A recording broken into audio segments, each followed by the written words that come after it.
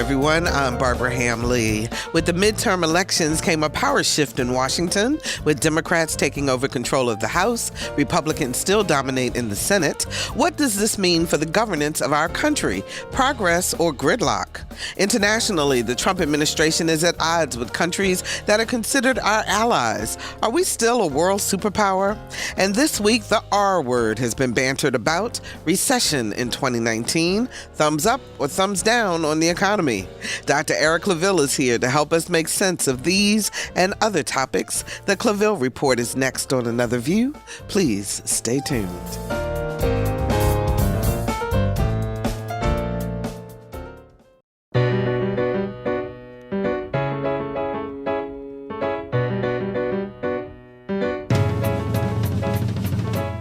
Discussing today's topics from an African-American perspective, this is Another View.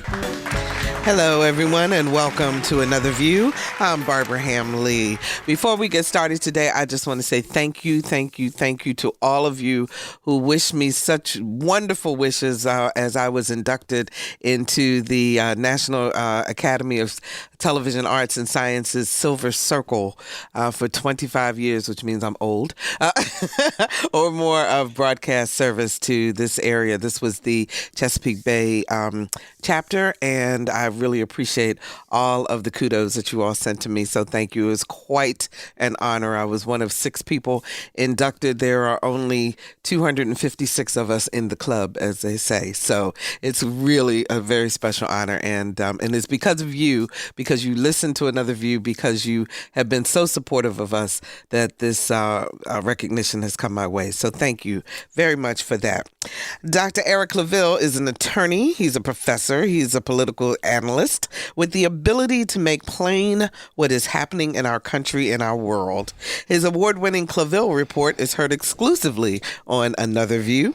Please welcome our friend, Dr. Eric Claville. Hey, Eric, how are you? Hi, Barbara. Good. It's good to have you back. Haven't seen you in a while. Same here.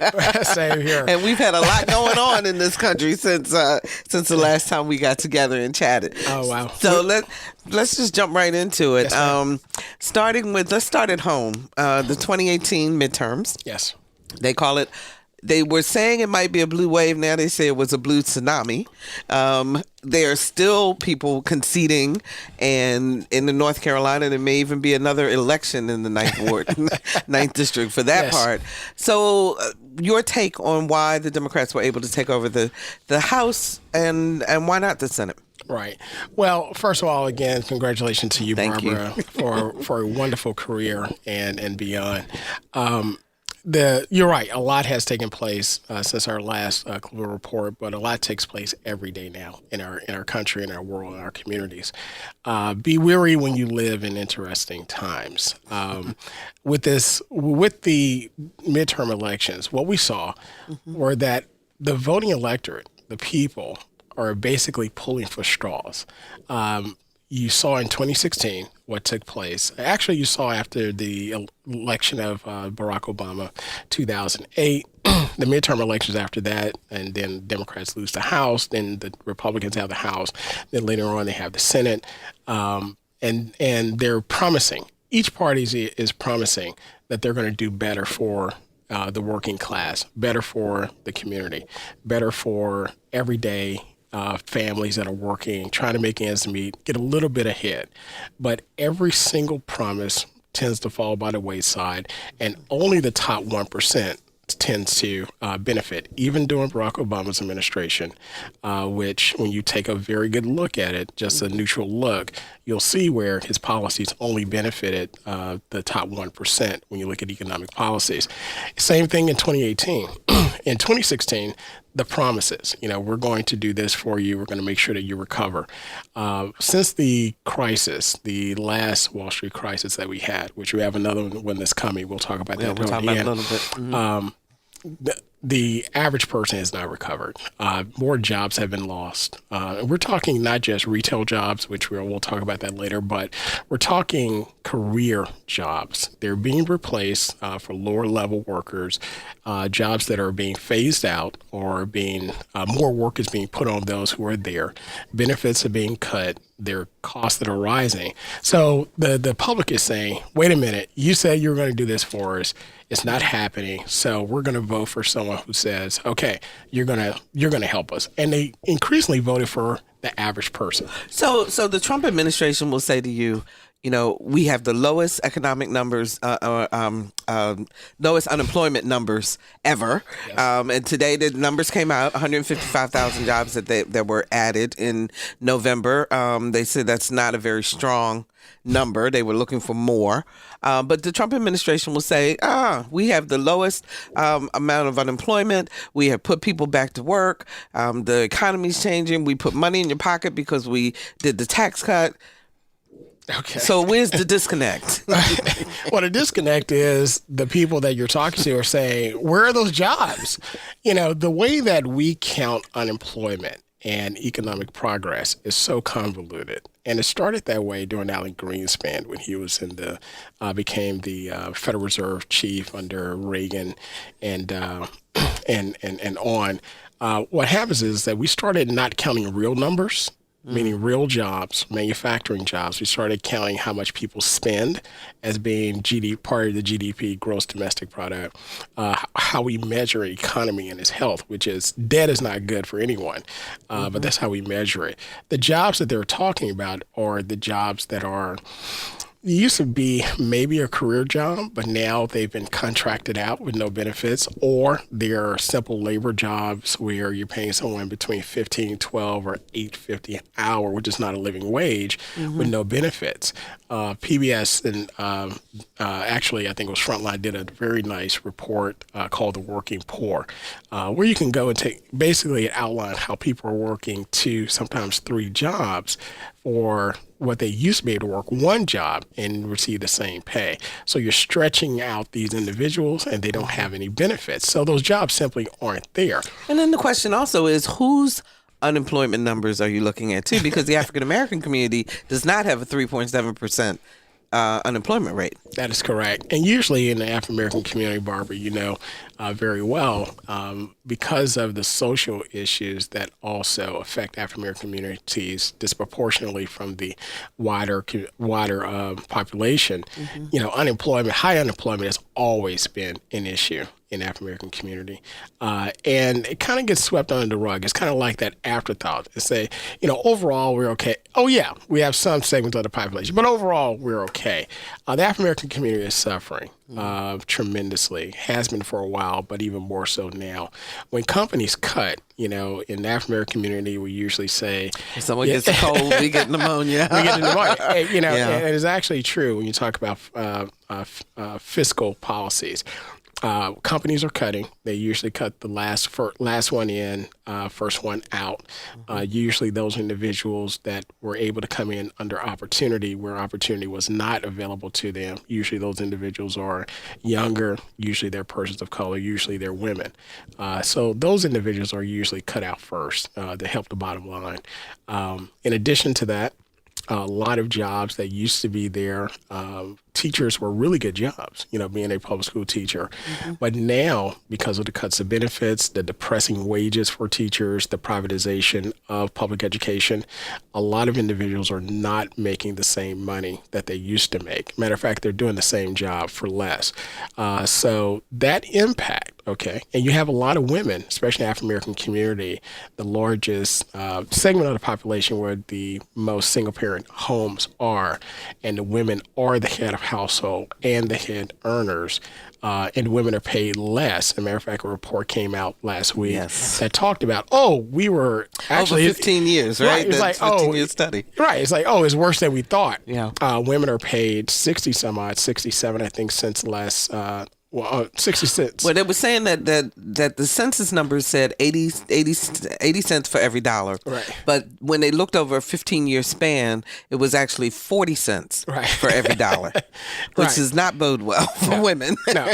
And for white women, when you break that out, I think they were in the 60s, African Americans in the 50s, and then Hispanic women were in the 40s. Right. So on average, it was that. But when you look at that, your buying power is not that much either. Okay. And then when you look at the incarceration rates of the Black community, increasing incarceration rates of African American women now, but it affected men first. When you put them back into the workforce, if they're able to get back into the workforce, the jobs that they have are menial jobs, and they're not bringing much to the table either. So yes, the Black community is, on an IV with pneumonia in the hospital, but. Okay, so we go to the polls in 2018 and we vote Democratic, and we meaning the collective Sure. we Sure. in the country votes Democratic because the Democrats promise what? Okay. What are they going to do differently that the Republicans have not done? And I say this sarcastically, but I'm actually honest about my statement. I was wondering if you could tell me, and honestly, I say that because in looking at policy and what I've analyzed, there's nothing that they can do to make things better because of the situation that we're in as a country. Explain. Give me more. Explain it to me, Lucy. So let's take a look at who we have. So there was change across the country because you had 26 or 27 Republicans that actually retired outright. Okay, Paul Ryan being one of the most notable of Congress. Ray Dalio also in the House. In the Senate, you had Jeff Flake, of course. He was at odds with the president. You had Bob Corker also retiring. Also Orrin Hatch. Orrin Hatch, I think it was in his 80s right now, so it was inevitable for him. But a lot of them got out because they saw the writing on the wall as well. And with that being the case, these individuals, they passed a law for themselves that you have a 1 year cooling off period before you can actually lobby. But what most of them do, they go on to corporate boards. They usually get on between 2 and 4 boards, pay between $250,000 to $300,000, $350,000, with all the benefits to serve on those boards, to have access to Washington. Look, membership has its benefits, period. And that's on top of the retirement that you receive. If at 50, I believe 25 years at 50, you start to collect 80%, and then of course at 62, so you start collecting from there. 80% of your retirement, I think it was 185, 700, and then you can start collect 136.8 or something of that nature. 80% of that for life. So that's your pension. Now you have individuals that come in. All right, because you had a lot of red districts that actually swung blue, all right, that were leaning. We had one right here in our area in Virginia Beach where the Congress changed from red, which the former congressman was actually part of that wave, that deep red wave of change. I call it the Tea Party wave. And then you have someone else that came right after him. Not even a fool. Talking about Scott Taylor and Elaine Loria. Yeah. So you have and it's not even a decade. And that wave changed immediately. So think about how desperate people are, because persons vote their hearts, okay? They vote their hearts and a lot of time emotions, but it's really their hearts. And they're really struggling. So what has happened, you have now what John Boehner, remember him? Oh, yeah. John Boehner had when you had the Tea Party wave and the remember the Occupy Wall Street movement? Okay. That was for individuals, mostly white, that had very good jobs, where those jobs were cut, and they were like, wait a minute, I can't find the same job. I'm poor, now, or I've gone through my 401k. Yeah. I got to struggle a lot more than I ever had. Exactly. So they pushed all those individuals out. It also happened in Richmond as well, when that congressman was replaced with a professor out of Macon College. But anyway, so now what you have is a group of individuals that are disconnected from the current Democratic power structure. Nancy Pelosi and Cortez out of New York are not just polar opposites from coast, but polar opposites from experiences. She couldn't even afford a place to live in D.C. Somebody had to rent her a room or give her a room because rents were too high. So that shows you the disconnect that our government has and those who are entrenched in the membership of Congress and power with the public themselves. Now, what policies can they implement? Pelosi has talked about the dirt to shovel, which again we've tried that. It doesn't work. The question is dirt to shovel meaning transportation, yeah, that kind of thing. Building projects, infrastructure. infrastructure. Yeah. And listen, we need it. I mean, we all drive across the HRBT. We drive across the, other bridges. I mean, you're asking yourself, how long is this thing going to hold up? So we all need it, okay? And our infrastructure is pretty good in this area, so it's even worse in other areas. I think we have a D- across the country for bridges.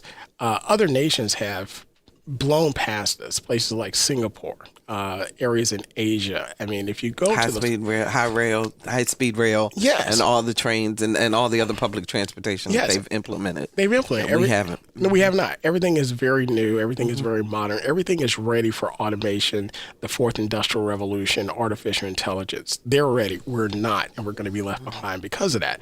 So now the question becomes, where are you going to get the money from? One thing that Paul Ryan stated in an interview is that one of his regrets is that he presided over a Congress where the federal deficit ballooned. However, one of his greatest achievements is the tax cut that was just passed.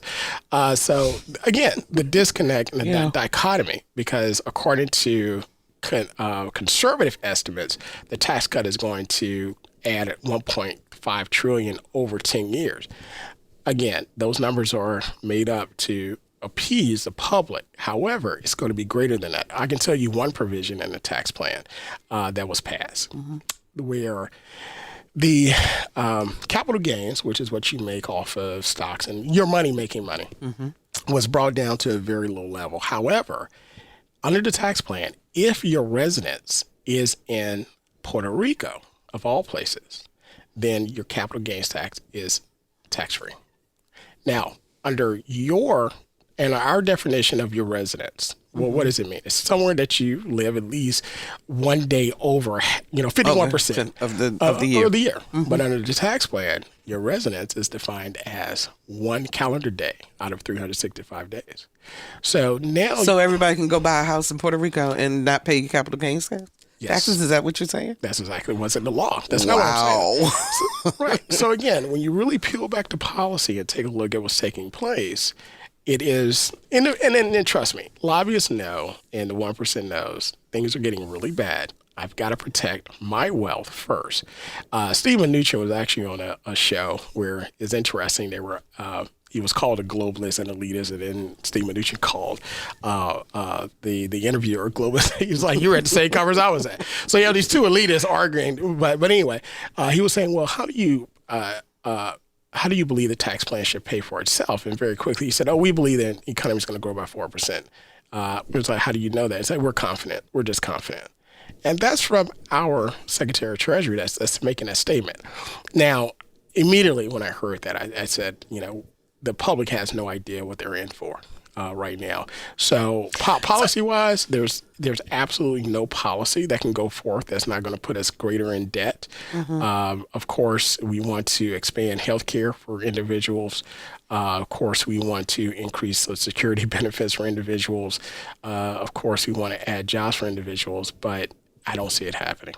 440-2665 or 1-800-940-2240. We are talking with Dr. Eric Claville of the Claville Report, and he's giving us his analysis of what is happening to us politically, globally, and in terms of our economy.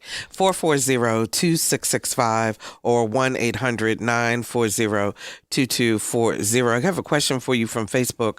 Yes. Eric, he says, does he feel the influx of women in Congress, particularly young women with children, have an impact on laws that affect the family, or are they too new to make a difference in that area? Definitely the latter. I mean, the former, right? The former is, optimistic, and you're going to get some laws that don't have a lot of substance. You can bring your kid to work, that type of thing, or encourage employers to bring your children to work, something of that nature. Nothing that's going to create any type of real monetary sustainability for the country. So over the next 2 years, then, before we have the next presidential election, are you voting gridlock? I mean, are you saying pretty much the House will come up with a law, the Senate will come up with something, neither the twain shall meet and actually pass any laws? That is correct. That's kind of grim. Well, it's reality. How then, if it costs, because it costs so much money in order to run for an office, period, will there ever be a time when people who are elected to office actually come from the rest of us, if you will? Sure. And can they make a difference? Or is it always going to be that we're going to write laws that protect the 1% and, the rest of us are just left out there to figure it out? No, honestly, I think a lot of individuals, and again, I've been in politics over about 2.5 decades now, and a lot of individuals I've come in contact with have very good intentions on the local and the state level.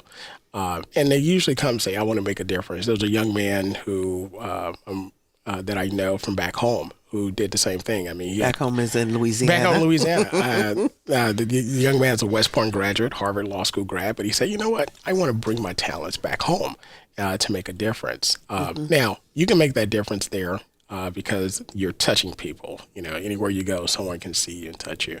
As you go up the ranks and the laws become more impactful, especially for special interests, you get co-opted. And if you're not a person that wants to become co-opted, you either become independent and you become that crazy guy that nobody wants to talk to, like Thomas Jefferson was during his time, like Martin Luther King was during his time, and individuals like that. Or you become pushed out, something comes up and you're forced to move out, So it's a vicious system and cycle that takes place where a lot takes place in a short period of time for little gain for everyone. But yeah. Well, last point on politics, and then we'll move on to our world situation. But were you encouraged by the number of women and people of color who actually ran and won this time? Sure.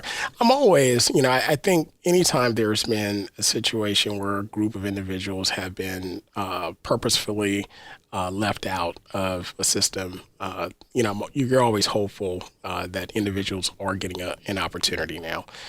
So from that aspect, yes. From a policy standpoint, again, I think a lot of them have great intentions. A lot of them do. But will they become reality? The answer is no. All righty. Well, moving forward. We have one other Facebook question from this subject. Can the Democrats put anyone on the ticket who can beat the President Trump next in 2020? And if so, who is it? I say this tongue in cheek. I joke around with this sometimes. I said is for all the talk of diversity and inclusion with the Democratic Party, their two best options are two old white men, Joe Biden and Bernie Sanders. And we were talking about Joe Biden in our pre-production meeting. Yeah. So you think the saying is that he is probably the only one who will actually stand up to Trump during the campaign? No, yeah. What do you think? Yeah. Yes. I don't think a woman right now can run and be president. Not in this. What we have coming on in the economy, and this is the reason why I say this. What's going to happen in the world coming up? I mean, we have some really, really tough decisions to make as a country and tough decisions to make as a world in our allies. We have a new world order taking place. I've done a show on it before. It's firming up, and usually the world and society sees a man, as being strong and being able to stand up, especially when you start talking about war and conflicts. I think, more people will look at Margaret Thatcher and you look at history and other time periods where other women have stood in time. But if you look at the time period and you do an analysis of when those women were in office, that was usually at the decline of their empires. So Germany's getting ready to decline again?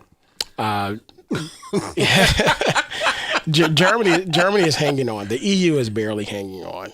When Margaret Thatcher was Prime Minister of Great Britain, I mean, Great Britain is a shell of itself now. And again, it's not because of them. It's not because they were women. Don't get me wrong. I mean, that it's just that happened to be the time that they became in power. Exactly. Again, and people are looking for hope. Again, and I think, I think women are less likely to want to go to war than men, just personality-wise. I remember one of the senators was talking about when Congress shut down. It was the women senators that got together and said, let's start behind closed doors. Let's start getting the country back going, because we've got families that are suffering things of that nature. So then, Eric, doesn't that mean then if there were more women in charge, maybe we wouldn't have to go to war? Maybe we could negotiate this world order in a different way? No? Are you being sexist? No, I'm not. Okay. Again, I'm the biggest optimist you ever want to meet, but I'm also a realist, which means I'm realistic about my optimism. And again, I look at things from a neutral standpoint. So that's not my opinion. That's what history teaches us. Okay. Yeah. All right. If you're just joining us, we're looking back at events in 2018 and looking forward to what may happen politically and globally in 2019 with attorney and political analyst Dr. Eric Claville and the Claville Report. I'm Barbara Ham Lee, and you're listening to Another View. All right. Let's move on to the world. The Trump administration, Mr. Trump himself, is pretty much at odds with name a country, and there's a problem. Right. The latest with China, and now even Russia is mad. Yeah. Which I find a little ironic. But in China, they just arrested the head of the name of the country is Huawei, and that is a large smartphone manufacturer. They're saying that there may be some security, some spying going on, and some national security issues there. Yeah, not me. And also the whole idea of the trade war that is escalating. Right. So where are we in the world, and why is all of this tension happening now? Well, it's really been there's been undergirdings of this taking place. It just never played out in the public like it's playing out now. We have a very unorthodox president. This is not the first time we've had one. You think about Andrew Jackson, you think about Herbert Hoover that came in during a very bad economic time. You think about Ulysses S. Grant, after the Civil War. So we've been in bad situations before. You think about the 60s and the 70s where there was an assassination of public officials. It seemed like every other month. The most hazardous job was running for office during that time period. So we've had very bad times if you look at history. It's been worse. But now, if you take a really good look at what's taking place, especially in Asia, when President Trump wanted America to pull out of the trade deal, that was great for China. Make America great was actually make China great. And they became the major player in that particular area of the world. It's shown militarily with them building their islands, which are basically launching pads to rival our aircraft carriers. You saw we actually sent aircraft carriers and battleships out there as a show of power. Keep in mind, those ships run off nuclear reactors. The only thing that they don't have to come into port for anything, but we have to send food.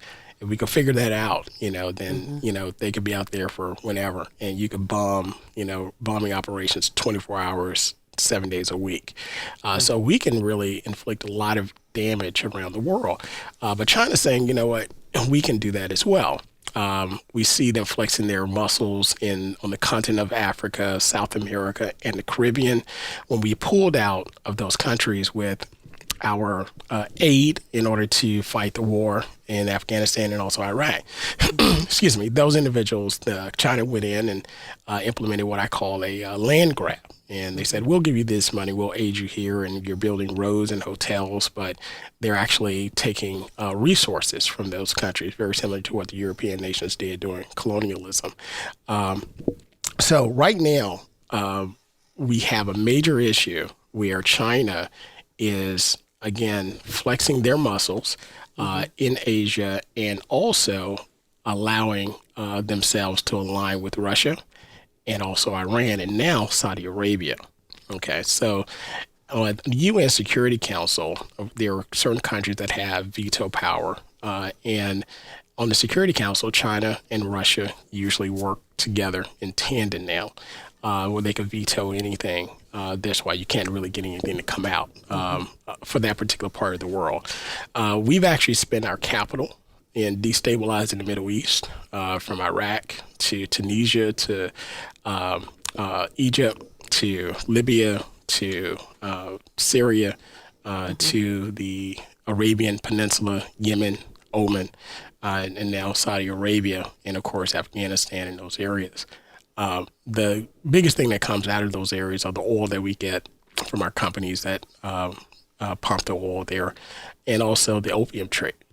So it's just really a repeat of what happened in Vietnam when you look at Afghanistan and what's taking place there, and the drug addiction that's taking place in America as well with the opium. So we're really, and I've said this before, and remember in 2016 after the election, and everyone I did my now famous prediction.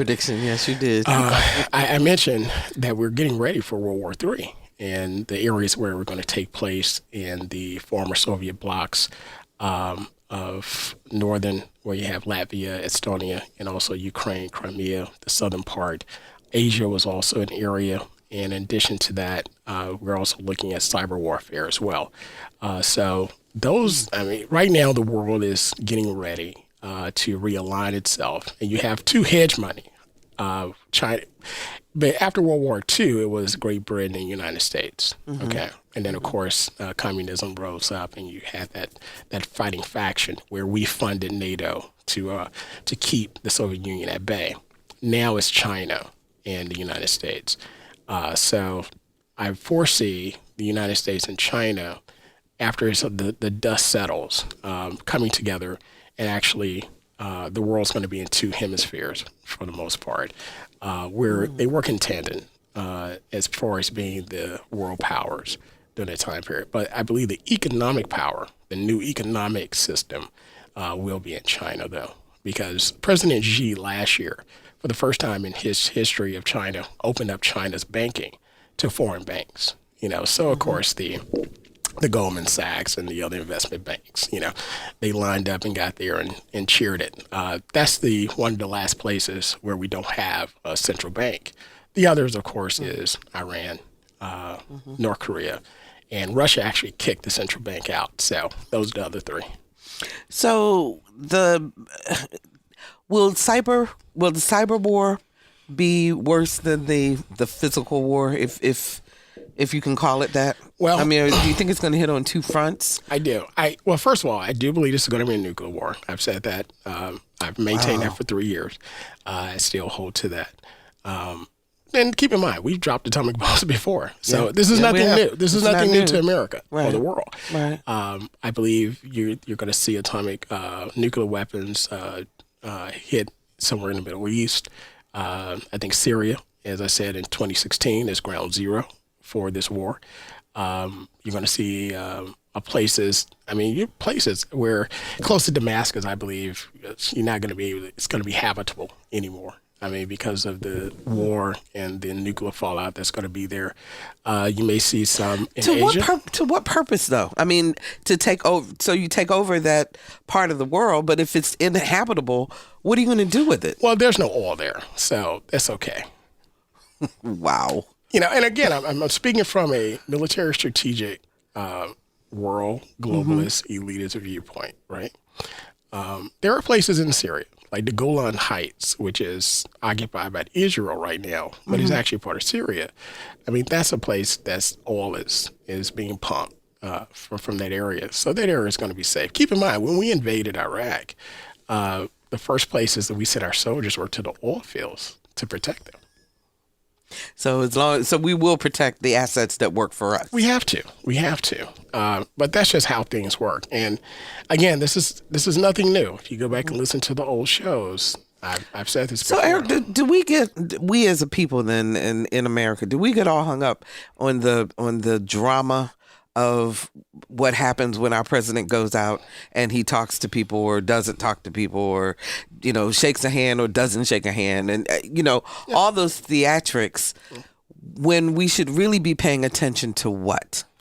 We really should be paying attention to the policy that's coming out and that's put forth that our congressmen are signing away. That's impacting our country and the rest of the world. But again, it is theatrics. You get caught up in that, and it's like, oh, okay, look what he's doing, and you're passing this policy. Keep in mind, this last 2 years, there's been more policy that has been passed without amendments than probably any time in our Congress. That's significant because that means that these policies have gone out without any debates, and they've been agreed upon before when they come out of caucus. And a lot of congressmen, they won't say it publicly, but they actually got out of Congress or want to get out because you really can't make a lot of change there. So a lot of them are looking to go back to their home states and make change, like Congressman Ellis back in Minnesota. So that's really what we should be paying attention to. For example, with the tax bill I just talked about with the Puerto Rican residency provision. That passed with no amendments, nothing. Yeah, nobody knew about it. Nobody knew about it. Yeah, but it's there. So again, these are things that we should pay attention to. I've been looking at this for the last 3 years, and I do have some trepidation about what we're about to see because it's something that we haven't seen in our lifetime. I mean, our great grandparents have seen something like this, and we'll talk about with the economy when we talk about the Great Depression. Which we need to get to very shortly so that we don't run out of time. Yes, ma'am. Let's take a call from Donnie in Virginia Beach. Hi, Donnie, you're on the air. Hello. Oh, Barbara? Yes, hi. How are you on the air? Donnie, are you there? Barbara, are you there? Yes. Go ahead. You're on the air. I just want to make a quick comment about what you shared a moment ago about women. I think it's very dangerous for us to engage in these kinds of generalizations about temperament.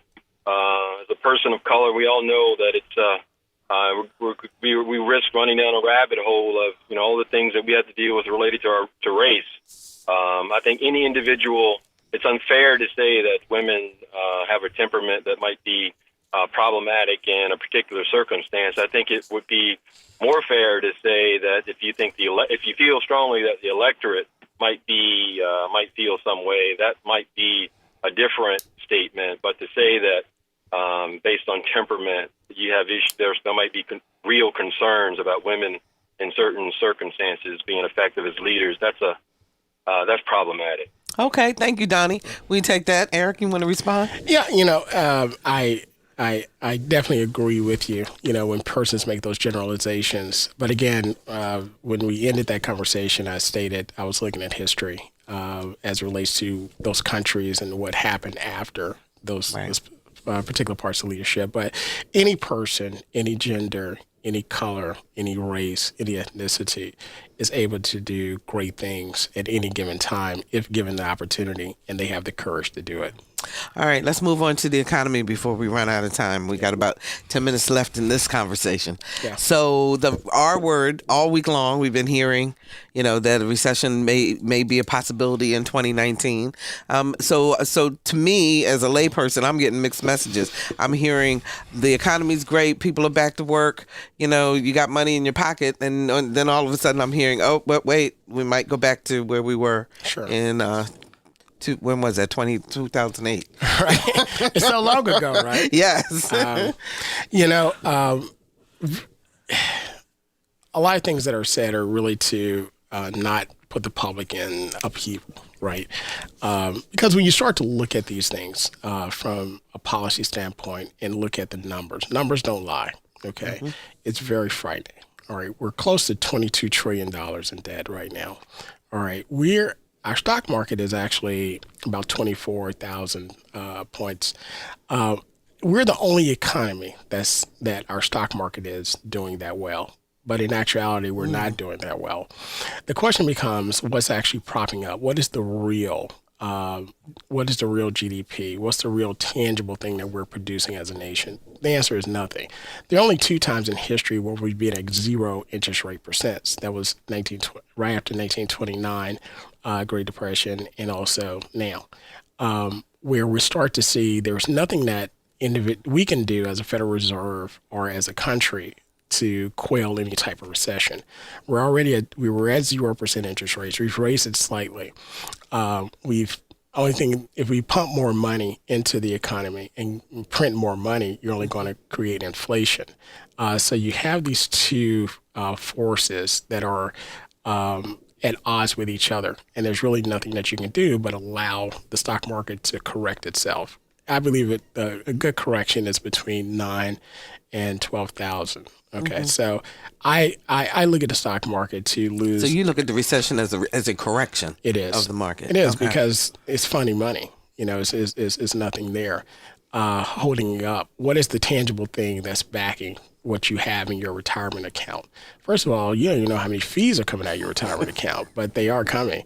But what I do foresee is happening is that you're going to get more bankruptcies and store closings in 2019. We got a hiccup with Kmart, with Sears, with Toys R Us, and other stores. But you're going to see these specialty stores like J. Crew, Bontemps, Winn-Dixie, Mattress Firm. All these specialty stores are going to start to close.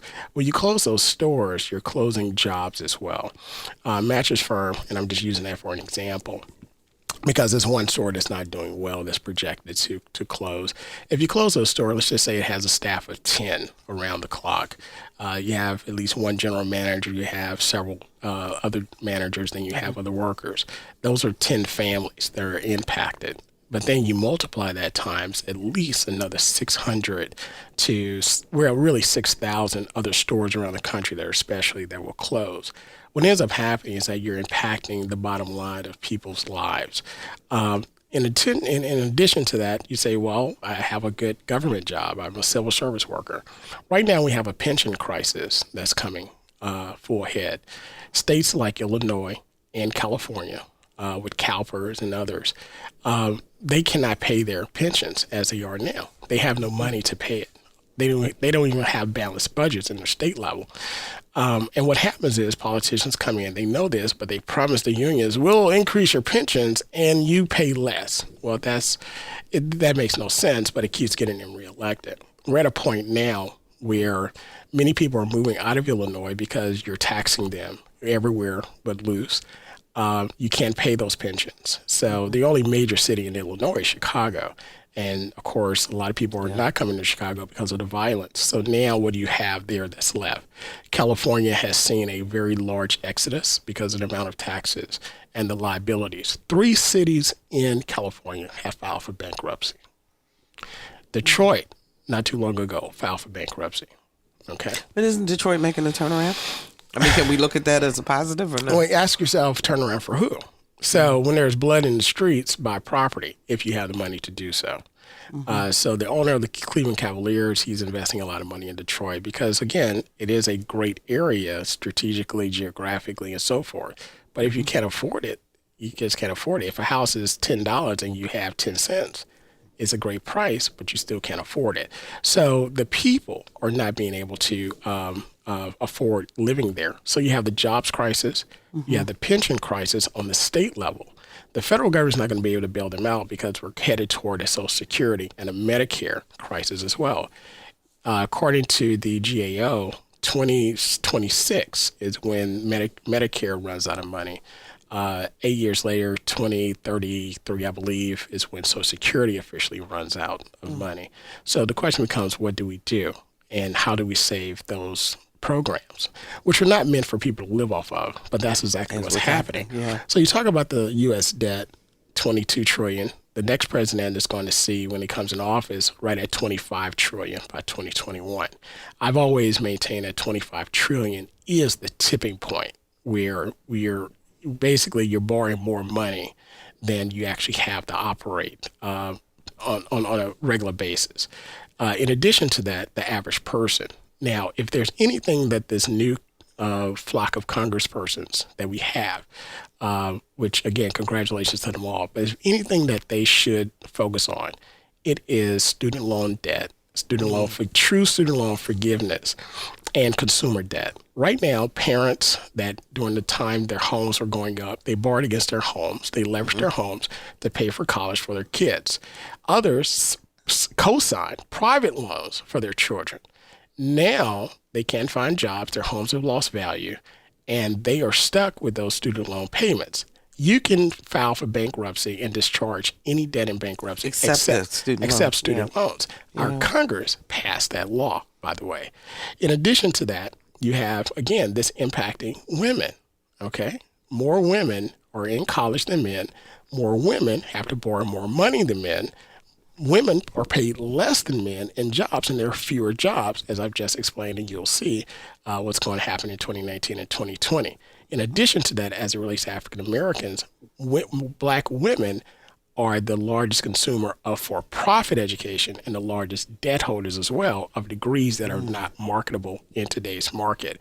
So what is the forecast that we see coming forward? Again, I see a world economy that's trickling down. We're the only economy that's doing well on paper. But the age of easy money, is ending December 31st, 2018. There was an article that just came up this morning where creditors are tightening credit. So that means if you want to, I advise you to sit down with your household this Christmas, before Christmas, and take a look at what you have and ask yourself, what can we do to sustain ourselves? If you lose your job today, will you be able to pay everything out for 1 month, 2 months, 3, 6? If you have an emergency, can you pull $1, $2, $3, $5, $1,000 cash without having to charge it? So these are real questions that everybody has to answer for themselves. In addition to that, I've already talked about World War III that's coming about. I've been steadfast since 2015, 2016. Yeah. In addition to that, climate change. Keep in mind, climate change is going to be the biggest hindrance to any progress of nations. You're going to see massive movements of people move and decimate it because of rising water. We know that the polar ice caps will melt, and they're going to refreeze, but they're going to melt, So that's going to add water to the oceans. Places like New York. Remember when New York flooded and the subways were flooded? It shut the city down. That's the epicenter of current financial power. Again, that's going to be in China in a couple of years. But if cities like New York, San Francisco, other cities like New Orleans, Miami, others, and even Norfolk and Virginia Beach in this Hampton area, Roads, absolutely. So I encourage our listeners to read 2 books. Ray Dalio, The Debt Crisis, is a free PDF. He is the CEO of Bridgewater Hedge Fund, and also America, the Farewell Tour by Chris Hedges. I'll get those from you and make sure we put those on our website.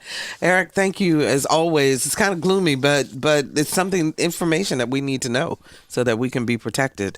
Absolutely. And in the words of G.I. Joe, knowing is half the battle. Yep. So you can protect yourself if you know. Absolutely. One last question. I'm going to leave on a controversial thing.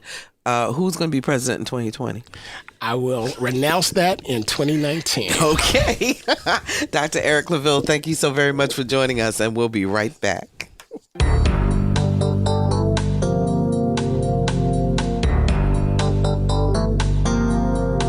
Hi, this is Essie Patha-Murkerson from Law and Order. You are listening to Another View.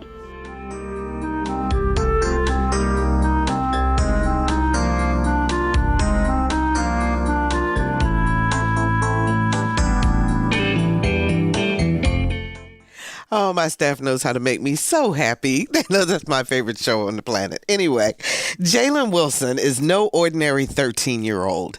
Not only does he find old furniture and refurbish it for profit, but he's president and CEO of his own company, which he calls Salvage Boys. Our Lisa Godley recently sat down with this young entrepreneur who is making a name for himself, one project at a time. Just take a walk down Queens Way in downtown Hampton, and you'll see a wonderful little antique shop called Salvage Boys. But what you probably didn't know is that the owner is just 13 years old. So I asked CEO Jalen Wilson how all this came about. Well, me and my mom, we like to go antiquing, and I saw everybody had really high prices, so I decided to open up my own store where people get stuff at an affordable price. So, a little over a year ago, Jalen opened Salvage Boys, and while his antique shop is only open the second weekend of every month, business is booming. Most of the time, it's just a blur because everybody's coming in and it's a line. I'm just sitting here ringing up. Jalen says he also opens his doors if the city of Hampton is hosting a special event or if a customer requests a private appointment. The other days, Jalen is on the lookout for unique pieces to salvage, and once he finds something, the work to refurbish begins. It just depends on the shape of the piece, sometimes a couple days, sometimes one day. It just depends on what I'm doing to it and the condition and all that. What piece have you done that you're most proud of? There's a piece that I did. I put a drawer on top of 2 other drawers. I secured it with a leg from another piece, and I put a door from a cabinet on it. Then I use one of our products called Crackle. It makes it look like there's cracks in the wood or on the paint, I should say. And I painted it and put wheels on it. It took me a little bit, but it's probably my best piece I've done. The more unusual the find, the more creative Jalen gets, and the quicker the item sells. Those 2 crutches, they were sitting up like pyramid style. They had wood where you hold on to. We had wood there, and we had a lamp in the middle on the top of it. So it was a little crutch lamp, yeah. I take it that sold because I didn't see it. Yeah, it sold. We did a couple days before we opened, but when we opened, it was gone. Like, first thing, it was gone. It makes me happy because I'm like, I did good on that piece, and people actually liked it, and I was glad that it went to a good home. Jalen attends school from afar. He's enrolled at North Florida Christian Academy and attends class online. So when he's occupied doing schoolwork or busy creating pieces to sell, he gets help running Salvage Boys from family members. My dad helps, my brother helps, my mom helps, and my nana helps. My dad, my brother, my nana, they all pick. They all find stuff for me and they bring it to me. And my mom, she's always here helping me paint and give me ideas on how to do stuff. So it's grown into a family business.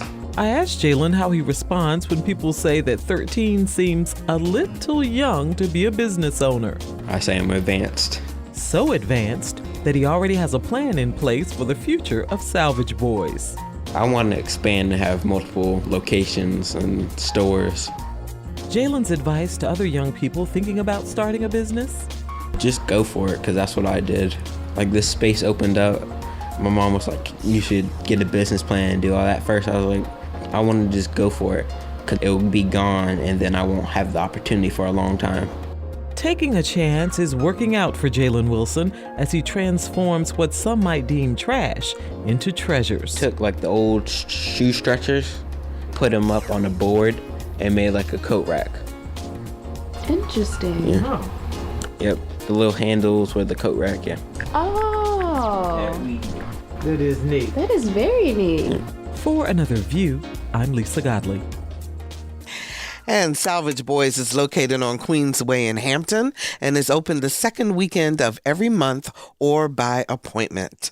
We thank you so much for listening to Another View. Our shows are always available to you. Simply visit our website, anotherviewradio.org, and download the podcast. You can find us on iTunes and anywhere else you go for your podcast listening pleasure. We're on Facebook, so please like us, and I'm on Twitter at Barbara Ham Lee. Next week on Another View, it's the Another View Roundtable with thoughtful insight on current events. Carol Pretlow, Alvian Lyons, Dawn Hester, and Allison Moore will be in the house. Our theme music was composed and performed by Jay Sennett. Lisa Godley is our show producer. Todd Washburn is our audio engineer, and we want to say a very special thank you to Ms. Janae Jackson. She's been our intern for the past 2 semesters. Today is her last day, and she has just done a fabulous job. Janae, we wish you the very, very best. She answers our phones, y'all. I'm Barbara Ham Lee. Thank you so very, very much for listening to Another View.